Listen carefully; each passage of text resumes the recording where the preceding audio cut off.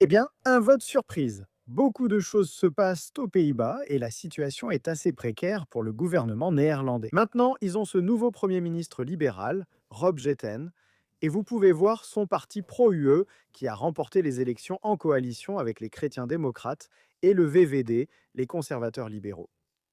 Et ils n'ont que 66 sièges sur 150 dans la Chambre basse aux Pays-Bas. Et au Sénat, la Chambre haute, ils n'ont pas non plus la majorité.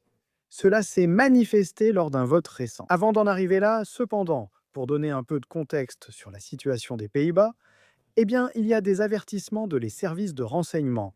Un énorme danger pour la sécurité nationale venant de pays comme la Russie et la Chine.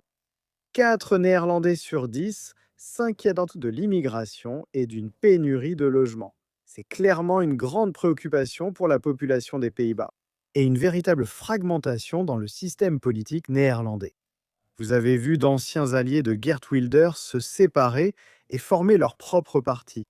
En ce qui concerne le Sénat néerlandais, je veux dire essayer de comprendre cela. Il y a maintenant 20 partis parmi les 75 sièges du Sénat néerlandais, ce qui montre vraiment à quel point la politique néerlandaise est fragmentée aujourd'hui, et cela a un peu atteint son paroxysme lors d'un récent vote sur un projet de loi sur l'asile.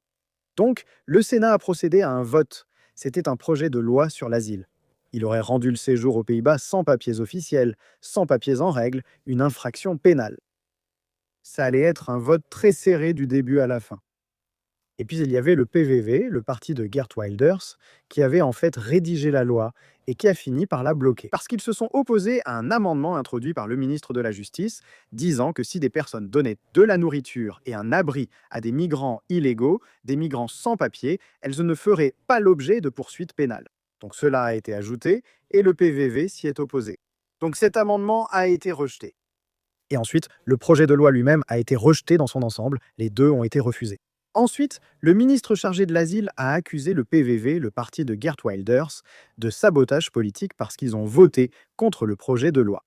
D'un autre côté, vous pouvez voir qu'ils accusent le gouvernement de ne pas assumer ses responsabilités après que le groupe gouvernemental au Sénat a voté contre le projet de loi, même si le Premier ministre voulait qu'il soit adopté.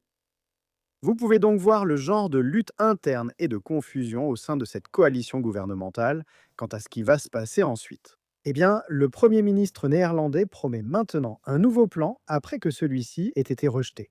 Il a de nouveau critiqué le PVV. Vous pouvez voir qu'il décrit cela comme une véritable occasion manquée. Et vous aviez le propre parti de Chétin qui a voté contre les plans, ceux-ci étant critiqués par le parti du Premier ministre lui-même. Et vous pouvez voir ici que ce que le gouvernement veut faire à l'avenir, c'est abolir les pénalités que les autorités néerlandaises doivent payer aux personnes dont les demandes ne sont pas traitées dans un délai de 6 mois. Cela coûte des dizaines de millions de livres aux contribuables néerlandais. Et c'est intéressant aussi ici, si vous regardez maintenant le pourcentage de demandes d'asile qui sont acceptées, il est passé de 58% à 36% aux Pays-Bas. Mais oui, je pense que ce vote montre l'état fragmenté de la politique néerlandaise en ce moment. N'hésitez pas à me faire part de vos réflexions à ce sujet dans les commentaires ci-dessous. N'oubliez pas de mettre un petit pouce bleu à cette vidéo et comme toujours, merci de regarder.